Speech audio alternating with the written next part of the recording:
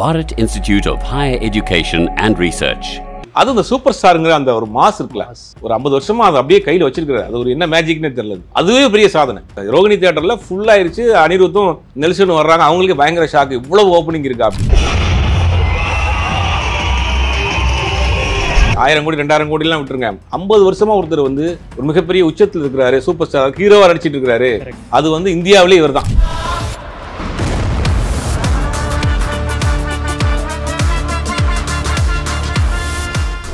உசுர கொடுக்க கோடி பேருன்னு சொல்லும்போது ஹோல் தியேட்டர் கத்துது.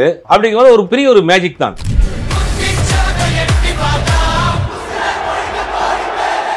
20 வயசு பையனுக்கு நீ அவரை ஏன்டா பிடிக்கும், அவர் உங்க தாத்தாடா அப்படின்னு சொல்ல முடியுமா? தாத்தா. ஆனா வந்து அவன் ரசிக்கிறான். இப்ப மலையாளத்துல முதல்ல மோகன்லால் பண்ணாரு, கன்னடத்துல வேற சிவராஜ்குமார் மட்டும் அவரே பண்ணுவார்னு நினைக்கிறேன். ஏன்னா அவரு தான் மெயினா வேணும், எல்லாரும் ரெக்வஸ்டா கேட்க. அவரு மட்டும் மாத்தல. டாக்டர் சிவகார்த்திகேயனை கொண்டு வருவாங்க, இல்லாட்டி பீஸ்ட் விஜயை கொண்டு வர வாய்ப்புகள் இருக்கு. இந்த குக்குமை வந்து இவங்க வேற ஒரு இதுலயே மாத்திட்டு பாரு கொஞ்சம் கொஞ்சம். அனிருத்தை பொறுத்த வரைக்கும் இவருக்கு தனியா ஒரு கீபோர்டு வச்சிருக்காரு. அதை எடுத்து வந்து பண்ணுவார். ஏன்னா சூப்பர் ஸ்டார் டேட் கிடைச்சிருக்கு, சன் பிக்சர்ஸ் டேட் கிடைச்சிருக்கு. இது எப்படி இருந்தா என்ன, நம்ம 2 போட்டோஸை போட்டு படத்தை ரிவ்யூ பண்ணிட்டு போயிடலாம்னு நினைக்காம அதுக்காக உட்காந்து ஒரு மெனக்கெடல் எடுத்து அதுக்கு ஒரு ஸ்கிரிப்ட் பண்ணி அதை ஷூட் பண்ணி அதுல ஒரு விஷயம் பண்ணியிருக்காங்க இல்லையா, அது உண்மையிலேயே வந்து ரிஸ்க் எடுத்துருக்காங்க, பாராட்டக்கூடிய விஷயம்.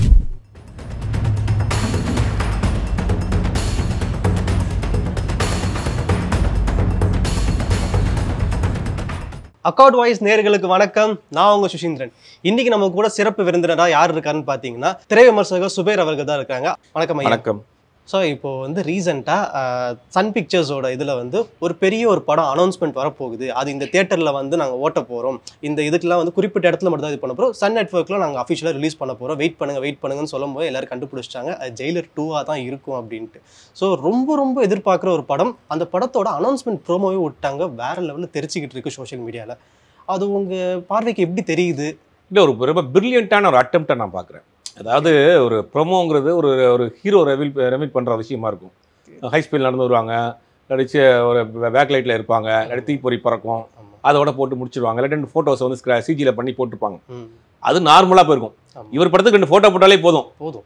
ஆனால் இதை மெனக்கெட்டு ஒரு ஒர்க் ஒன்று பண்ணி ஒரு ஸ்டைல் இருக்கு, அந்த ஒரு பேட்டர்ன்ல வந்து ஸ்டைல் இருந்தாலும் கூட அதை வந்து ப்ராப்பராக வந்து ஒரு ஒர்க் பண்ணியிருக்காரு. ஒரு ஸ்கிரிப்டா பண்ணி அதை வந்து கன்வே பண்ணுற விஷயம் இருக்கு இல்லையா, ரொம்ப அதுக்குன்னு ஒரு மெனக்கெடுதல் இருக்குல்ல. சூப்பர் ஸ்டார் டேட் கிடைச்சிருக்கு, சன் பிக்சர்ஸ் டேட் கிடைச்சிருக்கு. இது எப்படி இருந்தா என்ன, நம்ம 2 ஃபோட்டோஸை போட்டு படத்தை ரிவ்யூ பண்ணிட்டு போயிடலாம்னு நினைக்காம அதுக்காக உட்காந்து ஒரு மெனக்கெடல் எடுத்து அதுக்கு ஒரு ஸ்கிரிப்ட் பண்ணி அதை ஷூட் பண்ணி அதில் ஒரு விஷயம் பண்ணியிருக்காங்க இல்லையா, அது உண்மையிலே வந்து ரிஸ்க் எடுத்துருக்காங்க, பாராட்டக்கூடிய விஷயம்.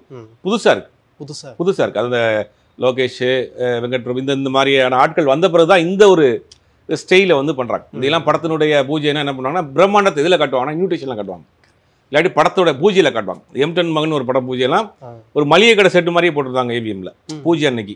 படம் மளிகை கடை சம்மந்தப்பட்ட விஷயம்னால. ஜீன்ஸ் படத்தினுடைய பூஜை என்ன பண்ணா, ஜீன்ஸ் படத்தினுடைய இன்விடேஷனு ஜீன்ஸ் கிளாத்லேயே இருக்கிற மாதிரி பண்ணியிருப்பாங்க.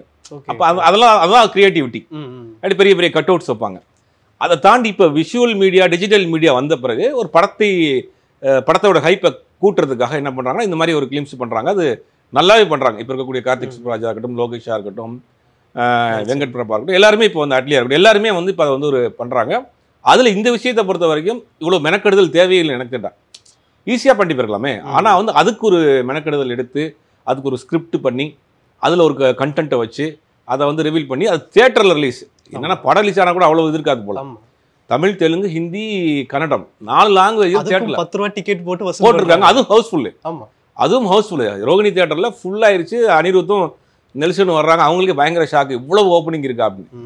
அது அந்த சூப்பர் ஸ்டாருங்கிற அந்த ஒரு மாஸ் இருக்குல்ல, ஒரு 50 வருஷமா அதை அப்படியே கையில் வச்சிருக்காரு. அது ஒரு என்ன மேஜிக்னே தெரியல. அது உண்மையிலேயே அதுவே பெரிய சாதனை.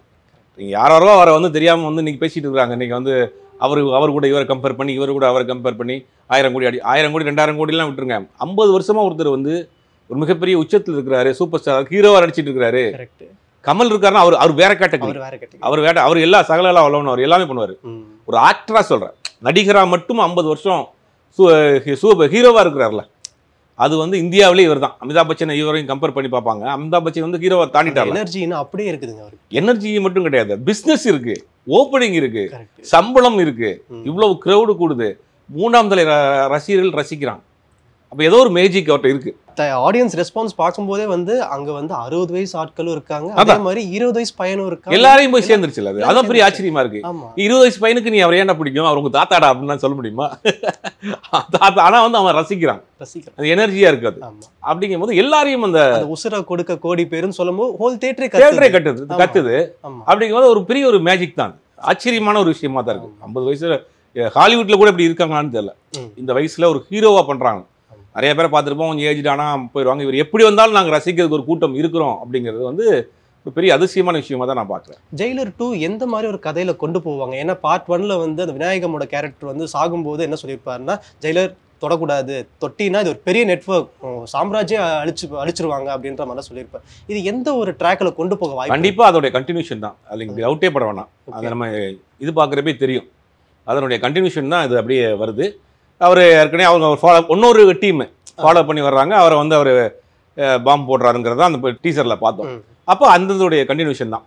என்னன்னா ஆர்டிஸ்ட் மட்டும் கொஞ்சம் சேஞ்ச் பண்ணுறதுக்காக பிளான் பண்ணிட்டு இருக்காங்க. இப்போ மலையாளத்தில் முதல்ல மோகன்லால் பண்ணார் இல்லையா, மம்முட்டி பண்ணலாமான்னு யோசிச்சுட்டு இருக்காங்க. இங்கே பாலகிருஷ்ணா பண்ணலாமான்னு யோசிக்கிறாங்க.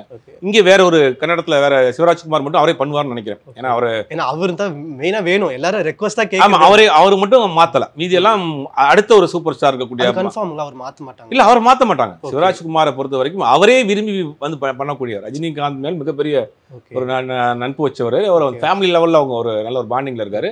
அவர் ரெக்கவரி ஆயிட்டாரு, ரெக்கவரி ஆகி வந்துட்டு இருக்கிறாரு. கண்டிப்பாக அதுல இருப்பார். இப்போ அதே மாதிரி எல்சியூன்னு எப்படி இருக்குதோ அதே மாதிரி ஜெயிலர் 2 வந்து என்சியூவா இருக்கும், நெல்சன் சினிமாட்டிக் யூனிவர்ஸா இருக்கும்னு சொல்லிட்டு பேச்சுக்கள்லாம் போயிட்டு இருக்கு. இல்ல இந்த 2 பண்ணாலே ஆட்டோமேட்டிக்கா வந்துடும் இல்லையா, அதை வச்சு அவங்க ரசிகர்கள் சொல்றாங்களே ஒழிய இதனால படம் ஓடுமாங்கிறதெல்லாம் வந்து அதான் இதுல வந்து டாக்டர் சிவகார்த்திகேயனை கொண்டு வருவாங்க, இல்லாட்டி பீஸ்ட் விஜயை கொண்டு வர வாய்ப்புகள் இருக்கு. இப்போ வரைக்கும் அந்த மாதிரியான தகவல் எதுவுமே இல்ல.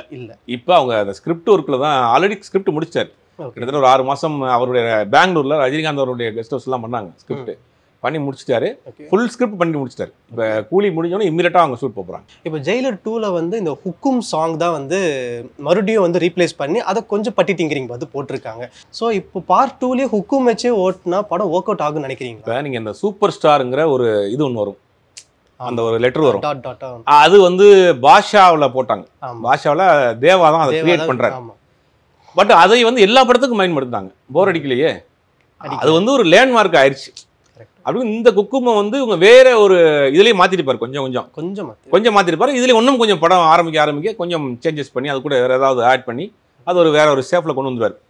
அனிருத்தை பொறுத்த வரைக்கும் இவருக்கு தனியா ஒரு கீபோர்டு வச்சிருக்காரு, அதை எடுத்து வந்து பண்ணுவார். ஏன்னா சிறு வயதுல இருந்தே பார்த்து பிரமிச்சு வளர்ந்த ஒரு, ஏன்னா அவர் ஸ்டுடியோக்குள்ள போகும்போது 10 அடிக்கு சூப்பர் ஸ்டாரோட போட்டோ இல்ல, சின்ன வயதுல இருந்தே பார்த்து அவரை வந்து ரோல் மாடலா பார்த்து வளர்ந்த ஒரு பையன் இல்லையா. அதனால வந்து ஃபேமிலிக்குள்ள இருக்கிற ஒரு நபர் அப்படிங்கிறதுனால அவர் பர்சனலா அவருக்கு வந்து கொஞ்சம் கேர் எடுத்து பண்ணுவாரு, இறங்கி செய்வாரு. ஆமா, இறங்கி செய்வாருங்கும் போது அந்த டவுட்டே நமக்கு தேவையில்லாது. அதை அனிருத் பாத்துக்கிறாரு. கூலி அப்டேட் என்னவா இருக்கும்? அடுத்து ஷூட்டிங் பரபரன்னு போய்கிட்டு இருக்கு. இறுதி கட்டத்துக்கு வந்துட்டாங்க. இன்னும் ஒரு 20 நாள் இன்னமும் பேலன்ஸ் இருக்கு. முடிச்சுட்டா படம் முடிஞ்சு. படம் எப்போ ரிலீஸ் ஆக போகுதுன்ற மாதிரி ஏதாவது கன்ஃபார்ம் இல்லை, ஒன்றும் அவங்க முடிஞ்ச பிறகு தான் டேட்டெல்லாம் ஒன்றும் ஃபிக்ஸ் பண்ணல. இப்போ படத்தினுடைய ஃபைனல் ஒர்க்கு போயிட்டு இருக்கு. ஏன்னா அந்த படத்துல வந்து பெரிய ஸ்டார் காஸ்டிங்கே இருக்கு. நாகார்ஜுனா, ஷோபின் ஷாயர், அதுக்கப்புறமா வந்து அமீர் கான்லாம் கூட இருக்கு. ஆமா, அமீர் கான் இருக்காரு. எல்லாத்துக்குமான முக்கியமான ஒரு கேரக்டர் ஸ்பேஸ் கொடுக்க முடியும், பாசிபிள்? அது நினைச்சா வைக்கலாமே, டேரக்டர் நினைச்சா என்னன்னாலும் வைக்கலாம். ஏன்னா அதுக்கு எதுக்கு வைக்கிறாங்கன்னா அந்த பேன் இண்டியா மூவிங்கிறது தான். எல்லா ஸ்டாரும் இருக்கிறாங்க அப்படின்ட்டு ஒரு, நீங்க ஹிந்தியில பேசுற அமீர் கான் இருக்காரு, பட் அமீர் கான் ஒரு சீன் தான் வந்துட்டு போவாரு. இன்னைக்கெல்லாம் அப்படி காமிச்சு படத்தை விற்க முடியாது. இன்னைக்கு எல்லா டிஸ்ட்ரிபியூட்டரும் ரொம்ப தெளிவா இருக்கிறாங்க, எல்லா ஓடிடியும் ரொம்ப தெளிவா இருக்கு. படத்தை ரிலீஸ் பண்ண நல்லா தான் வாங்கிக்கிறங்கிற மாதிரி வந்துட்டாங்க. இவங்க அந்த ஒரு ஸ்டார் காஸ்ட்டை காமிச்சா ஒரு இது பிசினஸ்க்காக பயன்படுத்துறது. ஏன்னா மக்கள் வந்து இப்போ படம் பார்க்கறது, படம் கண்டென்ட்லாம் தாண்டி நாங்க 1000 கோடி அடிப்போண்டா, இந்த படம் அடிக்கொண்டா அப்படின்னு சொல்லிட்டு அந்த போட்டிகள் தான் மக்களுக்குள்ள போயிட்டு இருக்கு. ரசிகருக்குள்ள, மக்களுக்குள்ள கிடையாது, ரசிகருக்குள்ள போயிட்டு இருக்குது. ஸோ அந்த ரசிகருக்குள்ள போயிட்டு இருக்கிறதுனால ஜெயிலர் 2 இல்லாட்டி கூலி ரெண்டுத்துல ஏதாவது ஒரு 1000 கோடி அடிக்கிறதுக்கான வாய்ப்புகள் ஏதாவது கொஞ்சமா இல்லை. இப்போ சன் பிக்சர்ஸ் பொறுத்த வரைக்கும் ஒரு நம்பிக்கை இருக்கு. அவங்க வந்து பிசினஸை வந்து ஒரு இன்ச்சு கூட விட மாட்டாங்க. என்னென்ன பிசினஸ் இருக்கு அத்தனையும் பண்ணுவாங்க, அத்தனை ப்ரொமோஷனும் பண்ணுவாங்க. அவங்க எல்லா நெட்வொர்க்லையும் அவங்களுக்கு ஆள் இருக்கு. அப்படிங்கிறதுனால சன் பிக்சர்ஸ் 2 படத்தை ஏதாவது ஒரு படம் அடிக்கிறதுக்கு வாய்ப்பு அதிகம். உங்க சிறப்பான நேரத்துக்கு வந்து ரொம்ப நன்றி சார்.